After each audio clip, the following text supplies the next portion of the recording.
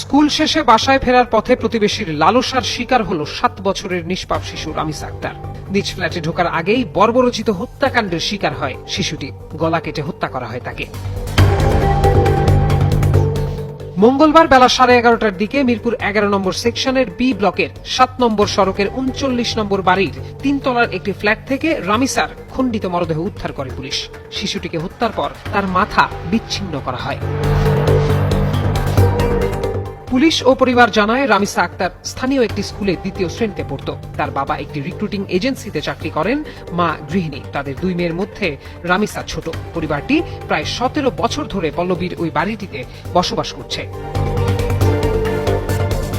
মঙ্গলবার সকাল 10:30টার দিকে বড় বোনের সঙ্গে রামিসার স্কুলে যাওয়ার কথা ছিল। তবে হঠাৎই রামিসাকে পাওয়া যাচ্ছিল না। শিশুটিকে খুঁজতে থাকেন তার মা।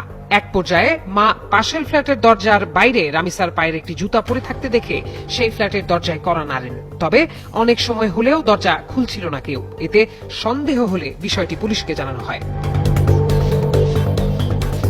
পরে স্থানীয় লোকজনের সহায়তায় বন্ধ দরজা ভেঙে পুলিশ বাসায় ঢুকে অভিযুক্ত সোহেল রানার ঘরে রক্ত দেখতে পায়। এরপর প্রথমে খাটের নিচে এক কোনায় থাকা বালতি থেকে শিশু রামিসার মাথাবিহীন মরদেহ পাওয়া যায়, আর বাথরুম থেকে মেলে তার খণ্ডিত মাথা।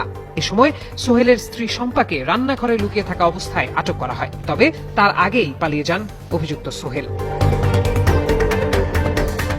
পল্লবী থানার ভারপ্রাপ্ত কর্মকর্তা হাসান বাসির যুগান্তরকে বলেন, ভুক্তভোগীর পাশের ফ্ল্যাটেই থাকত ঘাতক মাদকাসক্ত সোহেল। 2 ফ্ল্যাটের মাঝখানে ফাঁকা জায়গা থেকে সোহেল শিশুটিকে টেনে রুমের মধ্যে ঢুকিয়ে নেয়, পরে বাথরুমে নিয়ে গলা কেটে হত্যা করে। ধর্ষণের পরই শিশুটিকে গলা কেটে হত্যা করা হয়েছে বলে প্রাথমিকভাবে ধারণা করছে পুলিশ।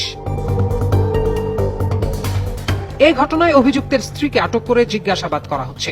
পুরো এলাকায় নেমে এসেছে আতঙ্ক ও শোকের ছায়া।